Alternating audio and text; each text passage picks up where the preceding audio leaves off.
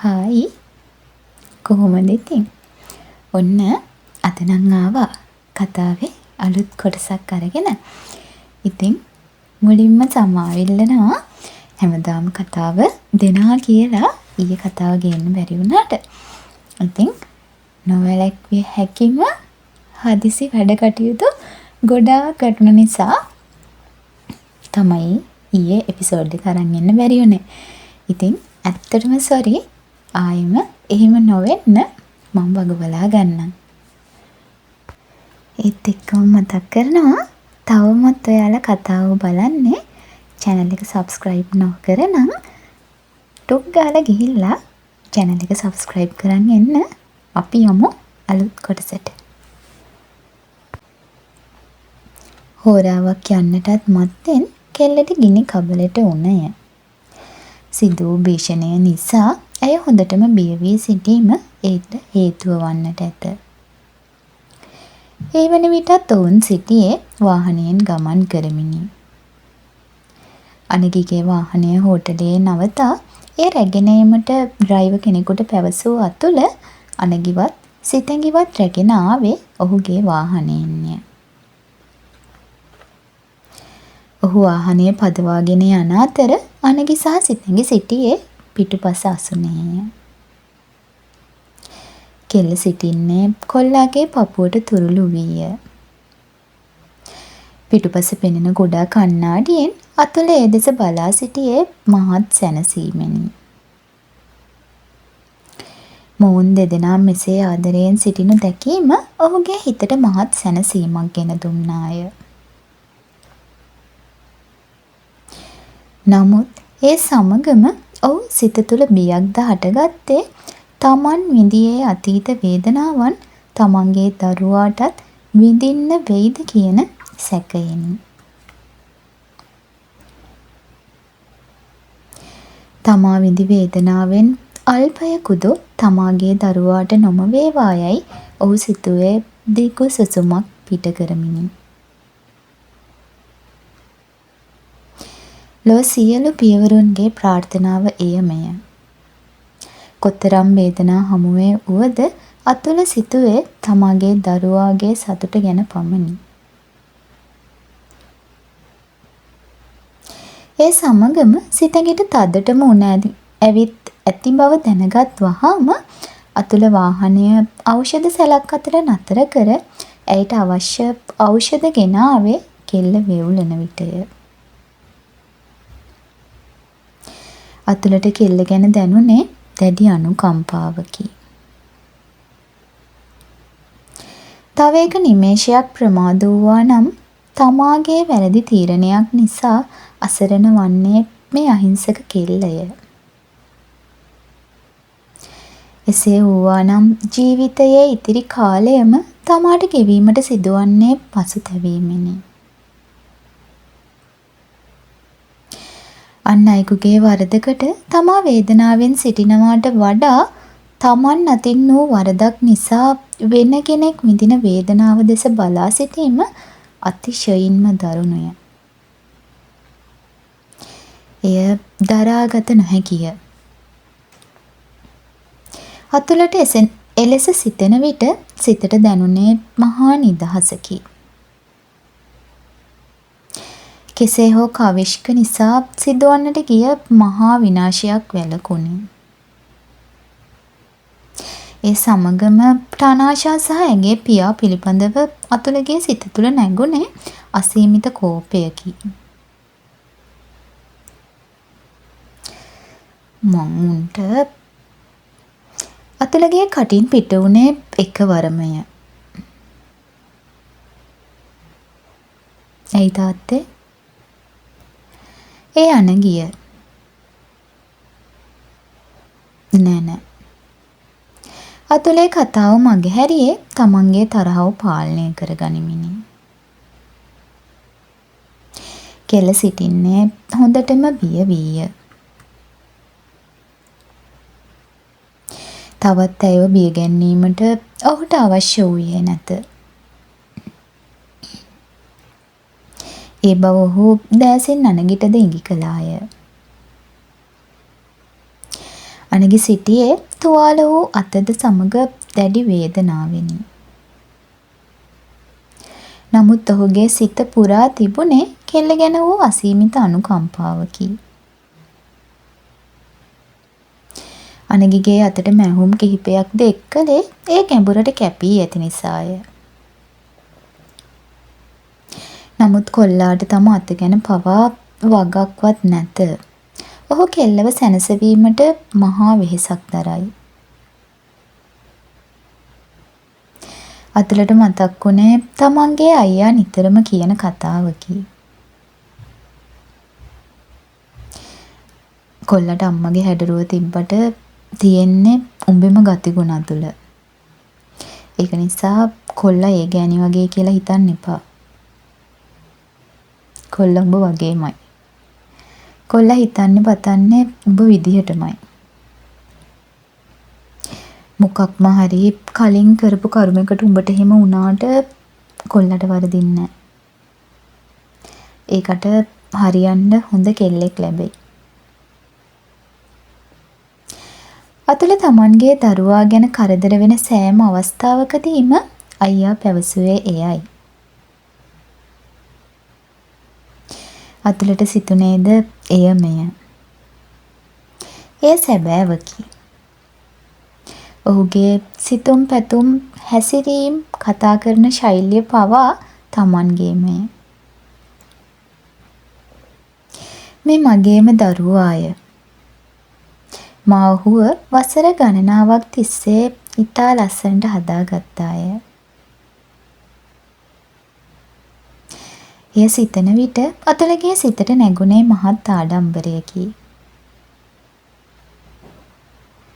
මෙතරම් කඩවසම් මෙතරම් ගුණධර්ම ඇති පුතෙකු හදාගන්නට ලැබීම ගැන ඔහු තමන් ගැනම ආඩම්බර වූවාය. ඔවුන් කෙලින්ම ගියේ අනගිගේ නිවස වෙතටය.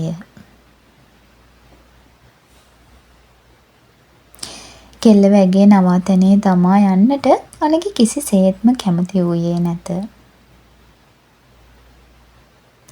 අතුලගේ සිතේද ඊට කැමැත්තක් තිබුණේ නැත. ඇයට මේ වන විටත් ගිනි කබලට මෙන් තදටම උණය. කෙල්ල එක විනාඩියක්වත් කොල්ලාගේ තුරුලෙන් මිදුනේ නැත. ඔවුන් යන්නේ කොහෙද කියාවත් කෙල්ල දැන සිටියේද නැත. ඇත්තෙන්ම ඇයට එය දැන ගැනීමට අවශ්‍ය වූයේද නැත. කොහේ ගියද කොල්ලා ළඟ තමන්ට උපරිම ආරක්ෂාව තිබෙන බව ඇය හොඳාකාරවම දැන සිටියාය. ඉතින් ඇයට වෙන ප්‍රශ්න තිබුණේ නැත.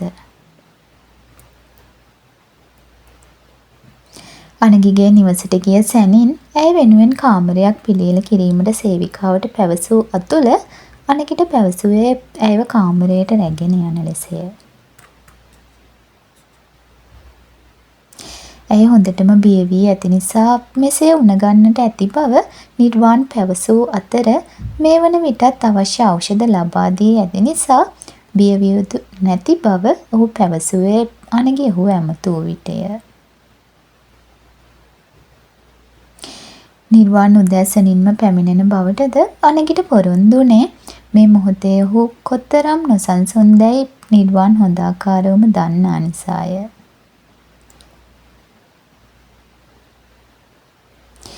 කෙල්ලව ඇඳෙන් තබා නිදි කරවන්නට අනගි කොතරකුත් උත්සාහ කළද ඇය ඔහුගේ තුරුලෙන් තප්පරයකටවත් මිදුනේ නැත.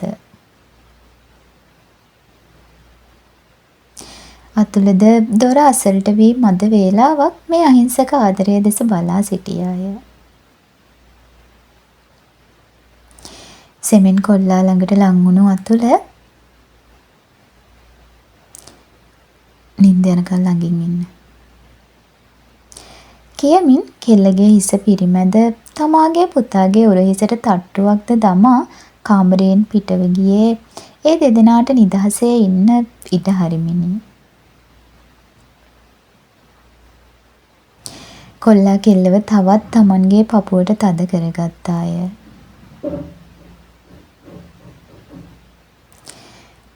දැන් බය නැතුව නිදා ගන්න හොඳද? මං ඉන්නවන් ළඟ. කොල්ලා කෙල්ලගේ නළලට ආදරණීය හාදුවක් තැවරුවේ ඇගේ ගතින් දැනෙන උණ රස්නයත් එක්කම හිතේ තිබුණු අසීමිත පෙම හදවතින්ම විඳ ගනිමින්ය. කෙල්ල තදින් ඔහුව අල්ලා ගත්තේ මහත් පියෙන් බව අනගිට හොඳටම තේරුණි. ඔහු කෙල්ලව තම තුරුලට ගත්තේ තුවාල වූ අත පසෙකින් තබමිනි. නොනවත්වාම ඇගේ හිස පිරිමැදි ඔහු මද වේලාවක් ඇගේ උණුසුම් නළලද මත ආදරණීය හාදුවක් තැවරුවේ ඇගේ සිතේ ඇති වී ඇති බිය නැති කිරීමට වෙනත් ක්‍රමයක් ඔහු නොදන්නා නිසාය. ඇය මදින් මද සංසුන් වන බව කොල්ලාට දැනුණද ඇයට නින්ද යන පාටක් නම් තිබුණේ නැත. ඇය සිටියේ තදින් ඔහු අල්ලාගෙන ඔහුගේ පපුවටම ගොළි වෙමිනි. නමුත් ඇයට කෙසේ හෝ නින්ද ලබා දීම අත්‍යවශ්‍ය විය. නිර්වාණ වූද පැවසුවේ එයමය. කෙසේ හෝ ඇය නිදි කරවා ගතහොත් ඇගේ සිත සහ ගත සංසුන් වනු ඇත. පැය 2-3ක් තිස්සේ නොනවත්වාම හිස අතගාමින් කළ උත්සාහය අවසානයේ සාර්ථක විය. කෙල්ලට මද වේලාවක් නින්ද ගියද ආයමත් ඇය බියකරු සිහිනයකින් මෙන් ගැස්සී ඇහැරෙන්නේ හඬමිනි. ඇයගේ ඇඟේ උණ බහින්නේද නැත. කොල්ලා සිටියේ මහත් වේදනාවෙනි. අතුලද කිහිප වරක්ම ඇවිත් කාමරයට එබී බැලුවද ඇයට හරිහමන් නින්දක් නැති බව ඔහුටද වැටහුණි. කෙසේ හෝ පාන්දර 3 පමණ වන විට කෙල්ල ඇත්තේ තද නින්දක බව කොල්ලාට තේරුණි. ඇය සිටින ඉරියව්ව ඇගේ ඇඟට අපහසුවක් ගෙන දෙතැයි සිතූ ඔහු සෙමෙන් ප්‍රවේශමෙන් කෙල්ලව ඇඳ මත දිගා කළේය. තමාගේ උණුසුම නැති වූ විට ඇය නැවතත් අවදි වෙතැයි සැක සිතුණු නිතාම ඇයි වටා කොට්ට අතුරන්නට ඔහු අමතක කළේ නැත. කොල්ලා කෙල්ලගෙන් මදක් ඈතට වූයේ සුළු මොහොතකට පෙර තම පියා කාමරයට පැමිණ පැවසූ දේවල සත්‍යතාවය කොල්ලාට වැටහුණු නිසාවෙනි.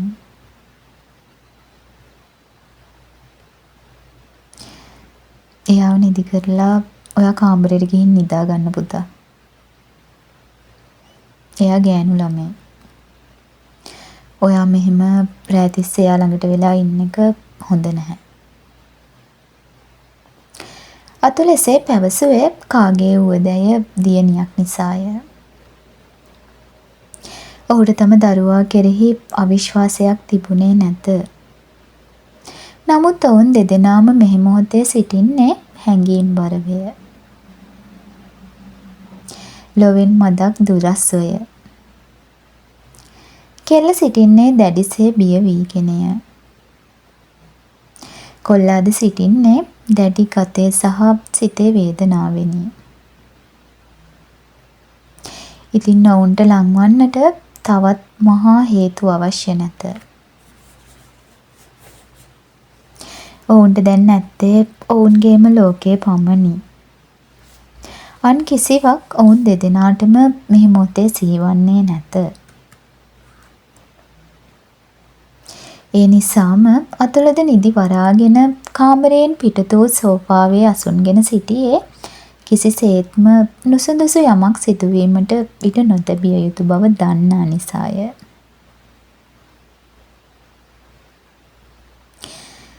කෙල්ලව ඇඳ මත තබා සෙමින් එතනින් නික්මුණු අනගි ගියේ තාත්තා වෙතටය. එයා සැරෙන් සැරේට ගැසිලා හැරෙනවා තාත්තේ. ආයෙත් හැරුණොත් බය වෙයි.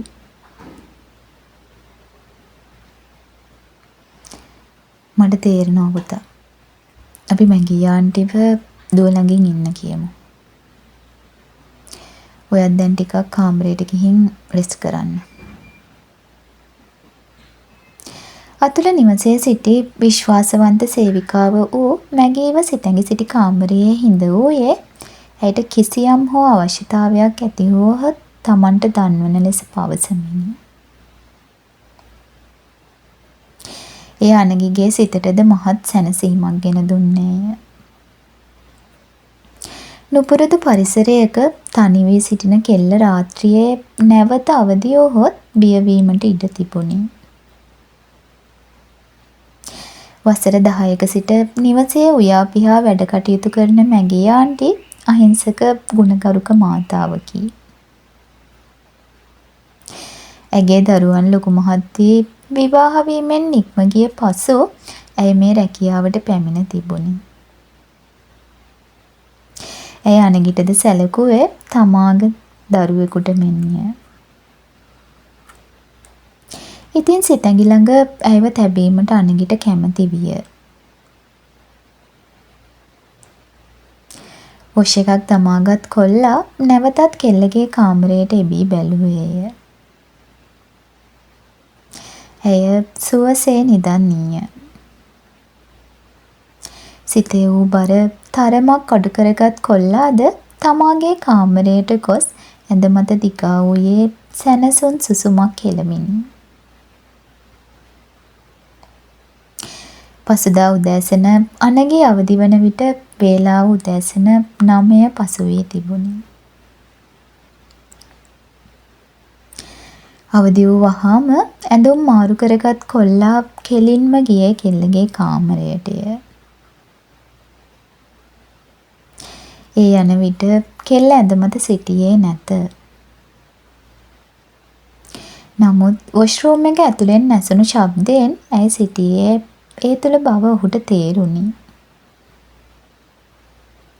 ඒ සමගම ඉවත බලන විට ඔහු දුටුවේ කාමරයට ඇතුල් වන මැගී ආන්ටිවය. ජූඩි මහත්තයා නැගිට්ටද? මං හිතුවේ තාම නිදී කියලා. මං නෝනගේ කිරි එක විතරයි ගෙනාවේ. මම මහත්තයා කිරි එක අරන් එන්නම්. ඇය කිරි වීදුරුව තබන්නට ආවාය. ඇය වැළැක්වූ අනගි ඇගේ අතේ තිබූ කිරි වීදුරුව තමා වෙතට ගත්තේය. මම මේක නෝනට දෙන්නම්. නෝනා ආයෙම රෑ බය වුණාද?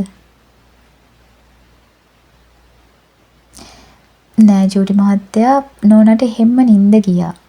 දැන් ටිකකට කලින් තමයි නැගිට්ටේ. මං සැලෙන් සැලේට ඇවිත් බැලුවා. දැන් නම් උනත් අඩුයි. පොඩි රස්නයක් විතරයි තියෙන්නේ.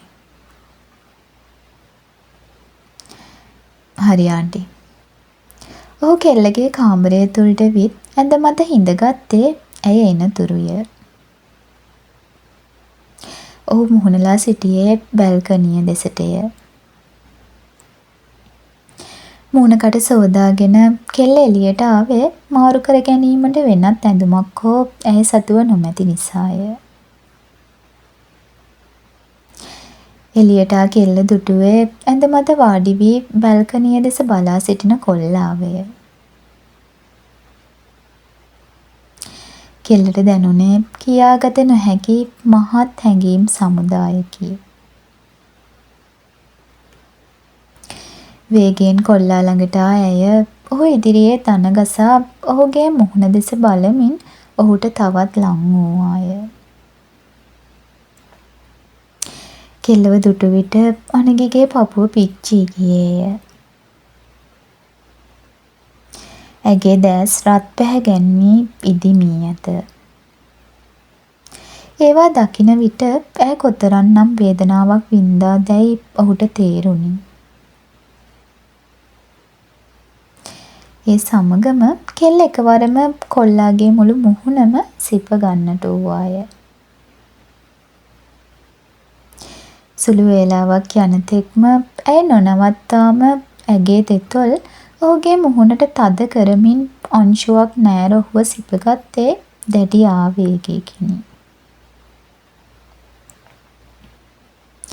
සෙමෙන් අයව ඔසවා තම උකුල මතට ගත් කොල්ලා ඇගේ දැස් දෙස බලන්නට උත්සාහ කළද කෙල්ලගේ සිප ගැනීම් නැවතුනේ නැත. කොල්ලා ඇගේ පිට පුරා ඔහුගේ අත රැගෙන ගියේ ඒ සිපුම් විඳ ගනිමින්ය.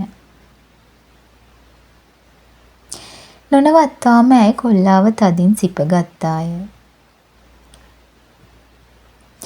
පෙර දිනයේදී වූ වේදනාවන් නිසාම පීඩාවෙන් සිටි කොල්ලාට කෙල්ලගේ මේ අසීමිත සිපුම් පහස ගෙන දුන්නේ නව ජවයකි. එක්වරම සිප ගැනීම නැවැත් වූ කෙල්ල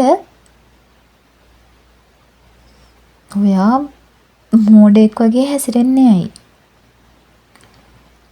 කියමින් කොල්ලාගේ පපුවට මිටි මොලවා පහර දෙන්නට වූවාය.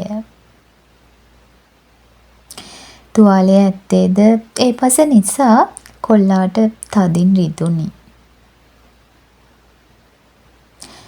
ඔව් රිදෙනවා. කොල්ල පැවසුවේ සැබවින් මේ රිදුන් දුන් නිසාය. කෙල්ලගේ සිහින් අත්වලින් එල්ලවන පහරවල් ඇත්තෙන්ම තරහින් පිරී තිබුණි.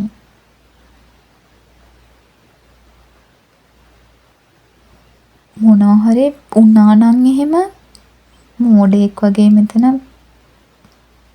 ඇය හොඳටම ඔහුට දෝෂාරෝපණය කරන්නට වූවාය. කොල්ලගේ මුහුණට නැගුණේ ආදරණීය සිනහවකි. ඔයා මේ කරන්නේ හරියට ගහින් වැටුණු මිනිහට ගොනා එන්න වගේ වැඩක් නේද ඕනි. මට රිදෙනවා. රිදෙනවා තමයි. තනියම එහෙම එනවද? ඊට වඩා දෙයක් වුණා නම්? තනියෙන්ද? කවුරුත් හොයා ඉන්නේ කොහොමද ඒ වගේ වෙලාවක? ඔයා ඔය කතා කියලා වැඩක් නෑ අයියේ. මොනවා හරි කරදරයක් වුණා නම් කාටද දෙයනේ කියන්නේ? කියනවත් සමගම කෙල්ලගේ දෑසින් නැවතත් කඳුළු කැට වඩා වැටුණි. වෙන්න යන දේ කොල්ලාට පැහැදිලිය. කෙල්ල නැවතත් හඬන්නට සූදානම් වේ. එය නම් සිදුවීමට ඉඩ තැබිය නොහැක.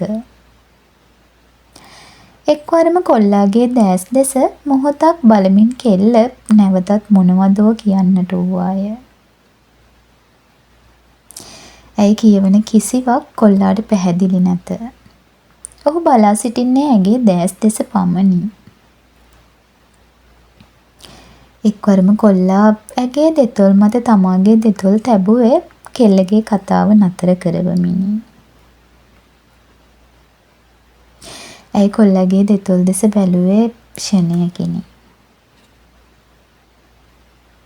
කොල්ලා ඇගේ දෑස් දෙස බලද්දිම ඉතා සියුම්ව ඒ දෙතොල් සිපගත්තේය. ඒ දෑස්වල ආරක්ෂාවට එහා ගිය වෙනත් අසීමිත බැල්මක් ඇති බව කෙල්ලට තේරුණි. කෙලෙස හෝ කෙල්ලටද අවශ්‍ය වූයේ නිවීමටය. කොල්ලා ඉටු කරන්නේද එයයි. මෙවන් පහසක් හමුවේ කෙල්ල ඕනෑම අවස්ථාවක නිවී යන බව ඔහු දැන් හොඳාකාරවම දනී.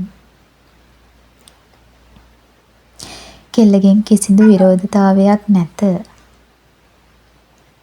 ඇය ඔහුගේ ඇඟ වටා අත්‍යවමින් ඔහුගේ හිස සෙමින් පිරිමදින්නට වූයේ ඒ පහස විඳ ගනිමිනි. මද වේලාවක් යනතුරුම තමාගේ දෙතොල්වල පහස ඇයට විඳ ගැනීමට සැලැස්සුවේ ඇයයින් සංසුන් වන බව ඔහු දන්නා නිසාය. කොල්ලා සුපුරුදු පරිදිම එය ආරම්භ කළේ ඇයට නොරිදෙන තරම් සියුම් සිපුමකිනි. නමුත් මද වේලාවක් යද්දී ඒ අසීමිත ආශාවන් වලින් පිරී ගියේය. අද කෙල්ලට ඒ පහස වෙනදාටත් වඩා 1000 ගුණයක් අවශ්‍යව තිබුණේ. කෙල්ල ඔහුගේ යටිතුර වේගයෙන් උරා බොන්නට වූයේ ඒ කවුරුන් හෝ රැගෙන යාමට ආසන්නව ඇති ලෙසිනි. මේ ආදරණීය සිප ගැනීම අවසන් වූයේ බොහෝ වේලාවකට පසුවය. දැන් කෙල්ලගේ දෑස් මෙන්ම දෙතොල්ද රතු වී ඇත. ඒ අවසන් වූ වහාම කෙල්ල ඔහුගේ ලය මත හිස හොවා ගත්තාය. කොල්ලාගේ තුවාල වූ අත ඇගේ උකුල මතට ගත් ඇය ඊට සියුම් සිපුමක් තවරා නැවතත් කොල්ලාගේ නළලද ආදරයෙන් සිප ගත්තාය. කොල්ලාගේ මුව මත වූයේ සිනහවකි. ඔයාට මගේ ලිප්ස් එක්ක මොකක් හරි තරහක් තිබ්බද දෝනේ?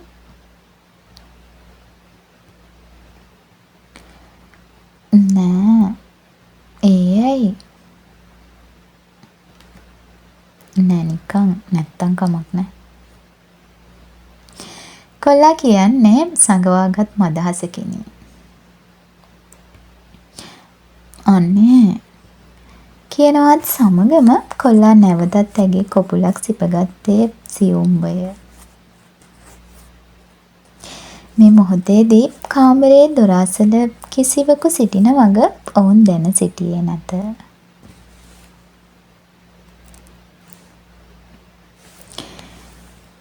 කවුද දොර ගාව ඉන්නේ?